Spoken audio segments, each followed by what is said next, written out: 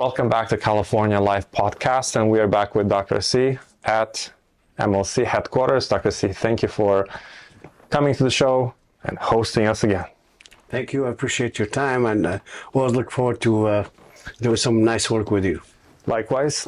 And as I mentioned to you, today I have a few topics and I would like to discuss. And the first one might seem a little bit controversial, right. Might seem a little bit heat up because of the media, elections, politics. Thank God the elections are over and everything is calming down. True. And one of the big agenda in the media space while the elections were, in their phase, was abortion. Yes. Now, the goal of our episode today is not an agenda, but more of educational thing. I would like to learn myself and hopefully help our viewers who needs that. I would like to learn from a medical professional. So, Dr. C, question one would be, what was the dialogue and the conflict about this question of abortion? Was it the timing? Was it the actual just fact of having it or not having it? What is that in your perspective and understanding? Very good question. So, from my understanding, it was the debate or the conflict initially is about having and not having it, and then one of the parties was modifying. Actually, Mr. Trump modified his outlook on abortion, and I said, I allow it as long as there's within the first gestation period, which is the first 3 months or 4 months even, and if there's a valid reason. For instance, like there's a rape or there's incest or a crime involved. So I think eventually the issue was ironed out. So now it's a federal law that's by the Supreme Court that the law was issued that abortion is not legal, except of course there's a caveat which includes what I mentioned earlier. Right. Now, what I've learned about some other aspects of our lives, for example, different types of medications which were advertised as good, but they tend to have some really bad side effects. Yes. What side effects could ladies face if they decide to go through this procedure? I mean, we don't discuss that it's their right or not right, Correct. but what do they face? Okay. Another good question. I mean, there's no side effects per se for abortion, except there's a psychological, there's a little bit of physical, but more psychological component. In terms of physical component, the very first gestation period, the first trimester, first 3 months, is a very, very minimal side effect, unless there's the age which plays a part. For instance, the lady is over 40 years of age, so some complication will be in place. For instance, there will be risk of hemorrhage, risk of psychological impact like depression. But for the first gestational period, usually there's any. Right. So it's perfectly safe, you can say. Right. What about the second trimester? Second trimester gets a little bit more different. Like I said, the more psychological than physical. So depression, there's other psychological issues that I can get into it, but our depression is the main one. Physically, the risk of infection, because of course there's more the complication that goes on with the second trimester, second gestational period. Risk of infection, risk of having a cervical injury or damage to the cervix, that is, and of course, the psychological component gets more drastic, of course, with that. Right, and the longer we go into it, Yeah, to the third trimester is usually a bit more risky for the patient, even if they're young of in age, between the age of 15 to 25. Which is usually safe to have abortion. However, the third trimester usually becomes very high risk. There's a very high risk of bleeding, infection, cervical trauma, cervical injury, and of course the psychological component of depression and the guilt and whatnot. right. I've learned online, again, I don't know which articles we can or cannot or should not believe, but as I mentioned to you behind the scenes, behind the camera, let's say we're holding in our hands a watermelon of 5 pounds. True. The actual pressure on the spine True. would be a lot more than that. Very true. Now, does that correlate somehow with the pregnancy? I mean, like pregnancy in general, I mean, it adds it's extra weight on the body, extra weight on the joints, taking into consideration for the swelling that the woman gets from pregnancy. So it'd be swelling in the joints, swelling even around the spine, swelling around the lungs, and of course the belly. So that's extra swelling, extra weight will add a little bit of pressure on the spine. Just like somebody who is overweight, even a male, would have pressure on the spine. Right. Another example is a lady who has very large sized breast. She would have adverse effect on her middle upper back. Would have a back pain. Right. So many of patients of mine, I would definitely have them undergo breast augmentation to reduce the size, to alleviate the pressure on the spine, alleviate the pain. Or maybe go to the gym and strengthen their back. Well, that's of course. There's definitely the supplementation. There's strengthening the back. Also plays a part. I mean, definitely, a person who is in really good shape, exercise all the time, will have less side effect in terms of tension, some pinched nerves and whatnot. So I agree. Right, because I mean, if you have nice size, you won't want to lose it.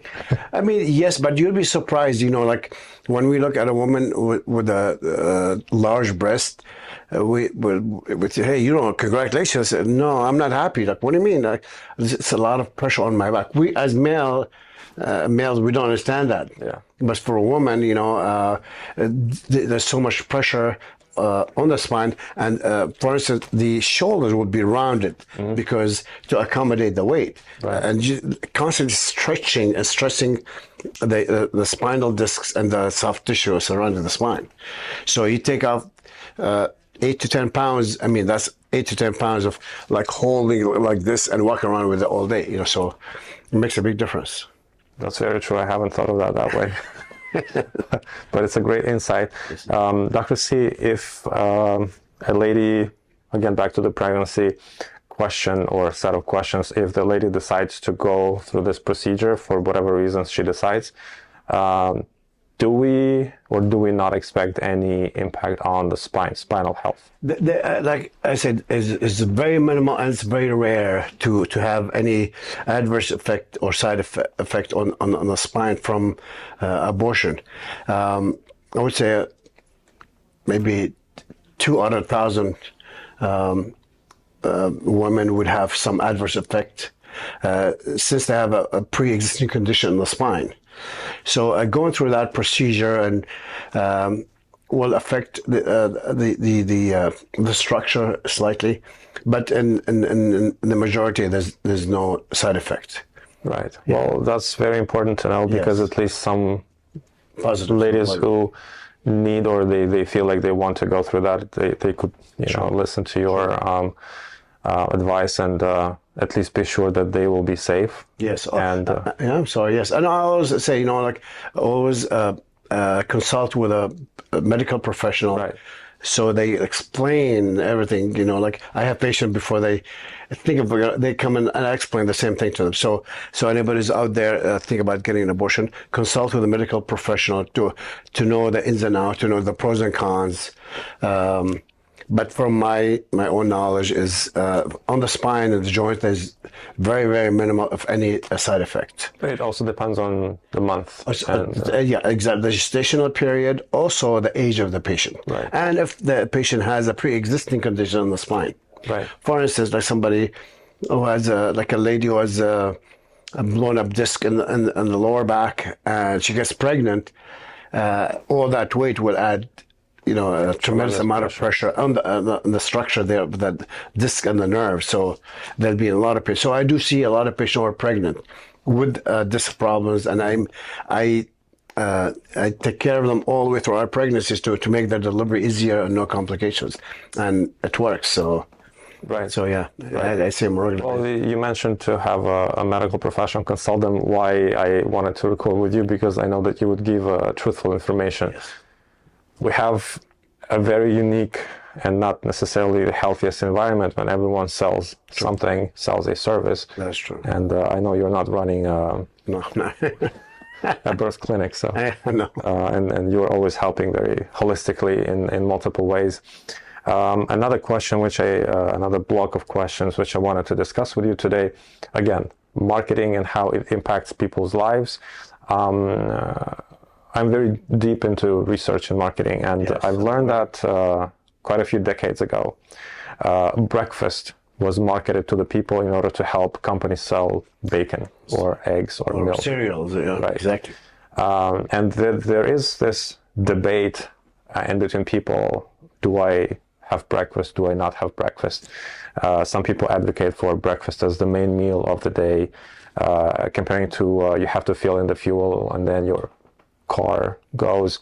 Some people advocate and they say that they feel a lot better if they have their meal later, like brunch or lunchtime, instead of having... Sure.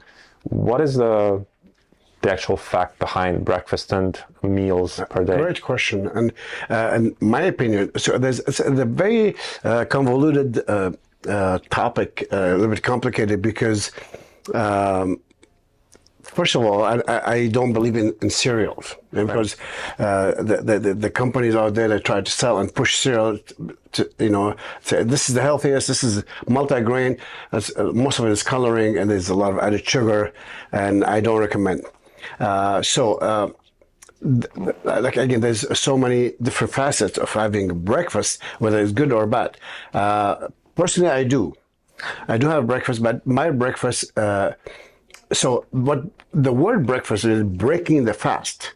So you're eating at night, maybe your late dinner at 10 p.m. So you wait till the next morning to break that fast. So it's a key how you break that fast. If you just eat sugary cereal and donuts and bagel, that's junk, it's no good. The body started the day with that, so you're gonna feel queasy, maybe lethargic. You have that spike of sugar, then the drop. So it's not advisable. So in my opinion, it has to be high protein breakfast and some good fat and hardly any carbohydrates. The only carbohydrate I recommend, maybe slices of fruits. You can have cottage cheese with avocado, or, which is even more beneficial, is eggs, whole eggs.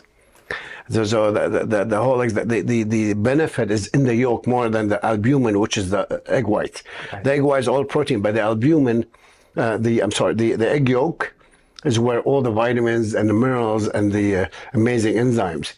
So I recommend 3 whole eggs in the morning.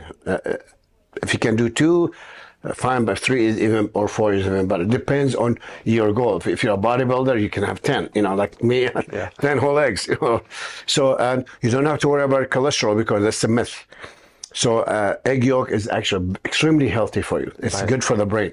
It's a brain food. Yeah. Also for testosterone. For testosterone, excellent. I was going to say that. And the fat. So you have to balance out the good protein with fats in the morning. For me, I do olive oil, like 2 tablespoons of olive oil with my eggs, or half an avocado with maybe 4 eggs. do a lot of carbs, like fruits, but I take that back. I do a low glycemic fruits, like a blueberry, which is amazing antioxidant, as you know. Right. So and that's got to be organic, because unfortunately those fruits are sprayed and it's hard to get the pesticide out of there. So organic, even though you wash it really good, it's much better for you. So the breakfast, again, it's an important meal in my opinion, unless you're doing what's called intermittent fasting. You know, if you want to lose weight, then you don't break that fast. You keep fasting from 10 p.m. or 9 p.m. until the 12 p.m. the next day. That's when you start your first meal. Mm-hmm. So what happened is, in that time, your body is burning fat, correct? And you don't want to interrupt that cycle. So you keep burning fat, but if you eat carbs, the body says, "Oh wait, let's leave the fat alone. We're gonna burn whatever is coming in, like sugary stuff, you know, donut, cereal, orange juice. All that is not very good. So if you want, pardon me, if you want to do the intermittent fasting, you can still do that, but eat eggs and fats, for instance, or with no carbs. And then 12 o'clock, you start your any meal that you like, you know, as long as it's healthy, of course. Right. So it also depends on your, let's say, lifestyle. If you're in athletic field, it's not about breakfast just as a meal. It's just you're following your own plan to achieve a goal. Absolutely. That's why I said it's convoluted. It's not like a set something. Whether you have it or you don't. No, there's more to it than that. Correct. Would you say it would be correct to describe this whole thing about meals as you have to have a certain goal, then you can talk about the meals? It's not just breakfast for everybody. True. If your goal is to, let's say, build your muscle, then you have your meals, and that's just the first meal of the day. True. Just tied to your plan. True. If you are just, let's say, a blue-collar worker, again, it's just fuel to fuel your body. Right. It's more of that way. It's very personal. It's not general for everybody to have eggs and bacon, you know, which I don't think it's the best choice. But yeah, I don't advise bacon. I don't want to interrupt but I want to mention a lot of people say, yeah, you know, I'm on a keto diet, for instance, no carbohydrate, but I eat bacon, I eat eggs. Wait, eggs are good, but bacon, sausage, very bad meat, because all processed. The processed meat is what going to make you gain the weight, even though you're trying to lose the weight. Yeah. Because all the additives, the nitrate, everything that's going to alter your protein synthesis and protein production and absorption in your body. So I don't advise any processed meat whatsoever. Any bacon, sausage, ham. A lot of hams, because they're also processed. Right. So anything natural, if you want to do it. Sometimes I mix my protein in the morning with eggs and chicken, eggs and steak, lean steak. Yeah, but no bacon or anything of that sort. Right. Sorry. No, that's perfect. Perfect combination of the information. The next topic would be another very highly marketed product is coffee. Yes. A lot of people, they drink a lot of coffee. My question would be to them about the quality. Mm-hmm. Different brands represent different quality. Yes. But the question which I wanted to address to you, I read that coffee is not just making us urinate more often. Right. It also flushes multiple elements from our body. That's true. Magnesium and magnesium stuff. Yes. Mm-hmm. How do we, and also on the other hand, if we take these vitamins, they're not absorbing really well when we drink coffee. Very true. Yeah. So for those who like coffee, like myself, I try to have maybe maximum 2 cups a day, usually 1, but why I'm drinking it? Because it stops my hunger. I always want to eat. Yeah. So for people like myself and for those who love coffee, I love coffee too. what can we do to, if not take it the right way? Yeah, cancel it, or at least to have these elements in the body, like calcium. Excellent question. I'm going to start by saying coffee. It's essential natural drug that the body needs. Actually, it's good for the brain, good for the heart. However, organic coffee only.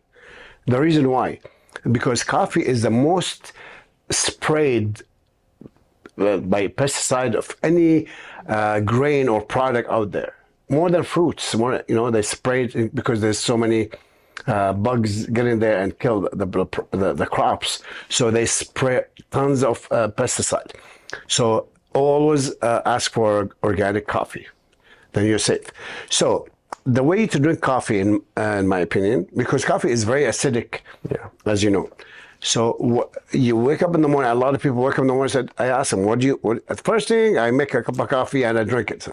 Wrong. Yeah. The reason why, it's extremely acidic. You can, like pouring acid into your gut, and the gut will say, "Oh my God, what's going on?" And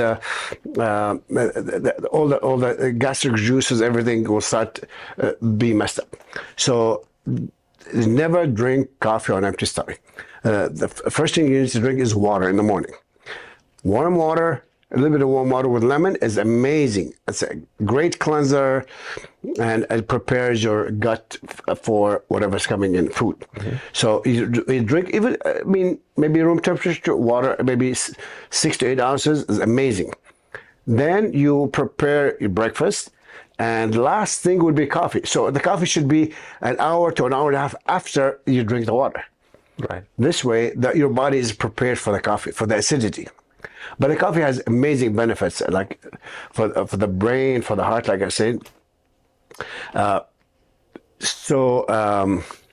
Again, it's organic, and you can have like two cups a day is plenty. More than that is like it affects your vasculature because it's a vasodilator. It makes your blood vessels constrict. It increases your blood pressure. But besides that, it's very good. It's also good for digestion. So, like, as you know, when you drink coffee, or like 20 minutes later, you want to go to the bathroom. Yeah. So it is. It really affects your gut in many ways.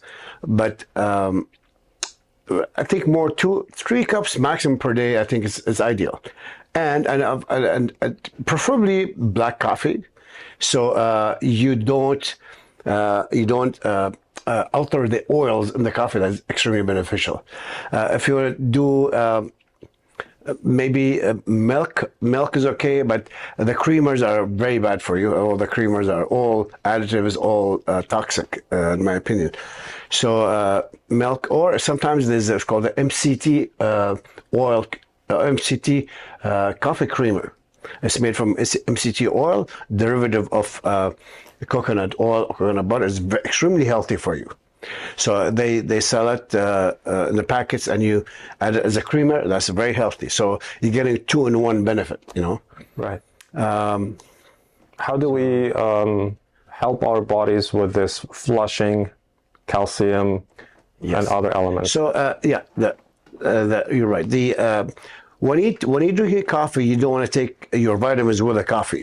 The reason why, because of the acidity of the coffee, it alters the absorption of certain vitamins, like magnesium, copper, and many of those. So, taking maybe another topic next time, we'll talk about when to take certain vitamins and separate or together, because they take certain vitamins, let's say copper and iron, they interact in a negative way, and said you don't absorb either one. You just go down the tube, go down the drain. Mm-hmm. So when you drink coffee, you wait half an hour, then you can take the vitamins, okay, or half an hour or an hour before. It's fine. So, but that's okay. Let the coffee do its thing by itself. But as long as there's food, or especially water before in your stomach. Right, so then they will be absorbed properly. Back to nutrition. Back to the question when people are trying to get rid of the weight that they don't need. Yes. Last time we touched this topic a little bit. Which basic supplements would you recommend them to add to their normal food, which is a necessity? For weight loss, that is? Yeah. Okay, yeah. Well, weight loss is, again, it's a convoluted process and topic. That's what I tried to say is, so what supplements to take? I mean, two major supplements that the body needs, the gut. As you know, the gut is the center of health in your body. If the gut is healthy, the brain is healthy, the whole these joints, everything is healthy. So whatever you take in is here affects your whole system. And that's the actual truth. So probiotic is very important. So those are the healthy bacteria that your gut already has, but maybe smaller amounts because you're taking in so much stuff, so they fight, but you need that supplement. So 60 billion per day is good. Like one capsule, 60 billion. That's amazing. Right. And pancreatic enzymes. So enzymes that help with digestion and absorption. So again, those are capsules. You take one 10 minutes before your meal. So 3 meals a day, one before each meal. Those are the most essential that would help with digestion, absorption. Of course, there's other stuff that is really important, like magnesium. We're talking about magnesium is the most important mineral the body needs because it's involved in every single function of every cell in the body. So if some people say I don't take anything, so take magnesium then. Yeah. Magnesium, 1,000 milligrams of magnesium glycinate is the mostly absorbed and the most beneficial. There's like 10 other type of magnesium, but in my opinion, magnesium glycinate is the best. So, in my opinion, those are really essential. Of course, there's also liver and kidney supplements that you'll take along. Those you take with your vitamins that will help with the digestion and everything else in the body. But for in terms of take with food, the probiotic and the pancreatic enzymes. Another few popular on in the media world, and again, it's a lot of marketing. Another supplements that I've heard of were Shilajit, a few other I wouldn't remember. Zinc. Yes. What is your yeah, I agree. They're great. They're great product. Zinc is very essential for the immune system. Also for the extremity, for your nails, for your hair is very crucial. Shilajit and other mushroom products, the wild mushroom products, that's also good for muscle growth, for energy. There's so many, there's also lion's mane. Lion's mane is a mushroom. They extract from that mushroom product that's excellent for memory. So there's so many. That's another topic because there's so many mushrooms I know about that we take this for that. But again, you'll be taking 50 capsules, tablets a day. It's okay, but as long as you pick the most essential, that's I think this is best.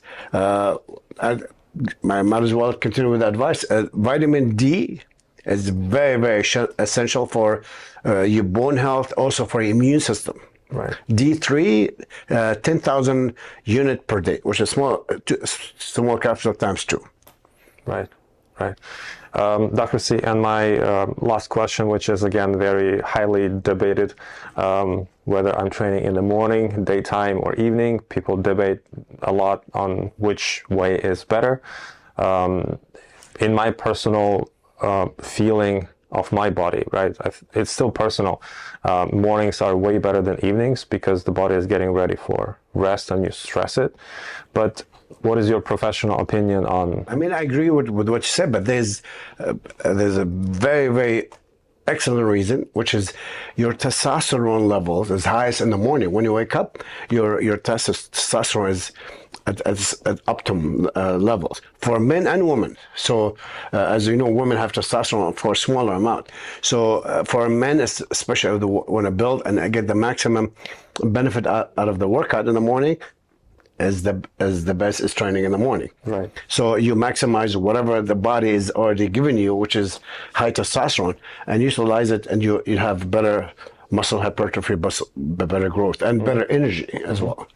It's okay to work out in the evening, but you won't get as much benefits. But Still work. I'm pro work. I do morning and evening sometimes. But what I do is I split the morning for weight training and strenuous exercises. The evening I assign it for cardio mainly. So cardio, you don't need much testosterone, you know.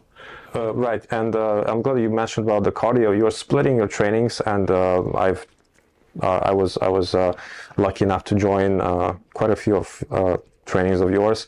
You do a little bit of warm up, but you don't do cardio before your weights. Very good, very good. This is another topic which a lot of people are debating about: cardio before, cardio after, split. Why and which ways are better? Well, the best way to utilize your cardio is post-workout. So what happens is when you wake up in the morning, your body doesn't have the glycogen. They have the sugar in the muscles. They already, excuse me, already burned out throughout the night, movement, whatever. So the body is ready for breakfast, right? So you want to take in glycogen or sugar. I mean, good sugar or carbohydrate. If you don't, you eat the way we suggested, you do weight training. Your body is gonna utilize whatever is left from the glycogen or the ATP in the muscle cord in the cells. So you utilize whatever is left. Then you do cardio after. What's left? There's no carbohydrate. It's gonna dig into the fat. Right. So the cardio after is all fat burning. So my recommendation, if you do warm up, maybe 8 to 10 minutes, just light stuff before that weight training, it's okay. You're not utilizing much fuel. But the actual heavy duty cardio would be post workout, post weight training. Right. Why is it not beneficial to do cardio before weight training? Oh, just like I mentioned, if you do cardio before weight, you're utilizing a little bit of glycogen, whatever's left in glycogen. You're not burning fat. Right. So by the time you start burning fat, it will be toward the end of the cardio workout. Right. So when it comes to weight training, you want to utilize with weight training. There's the body utilizes more sugar or carbohydrate than fat. Mm-hmm. So and there would be too much there because whatever is utilized by the cardio. Right. So you're there like in your thoughts. Oh, I don't have much energy, and people tell me I don't know why. After I do a cardio, I don't have much energy to do weights. I said that because you're doing in reverse. Right. So cardio in the morning, utilizing the little bit of glycogen or sugar from the muscle. Cardio in the evening or after the weight training, you actually burning fat. Right. Right. Well. That's a great clarification. I'm sure that it will be helpful to our viewers. Dr. C, thank you very much for your time for this episode. I'm looking forward to recording your own show tomorrow. I've been envisioning for quite some time. It's going to be exciting. And well, thanks again. Thank you. We hope to get back and learn from you soon again. Thank you. I appreciate you. Any questions? I'm sure you can reach out to us down the line. So definitely. Thank you.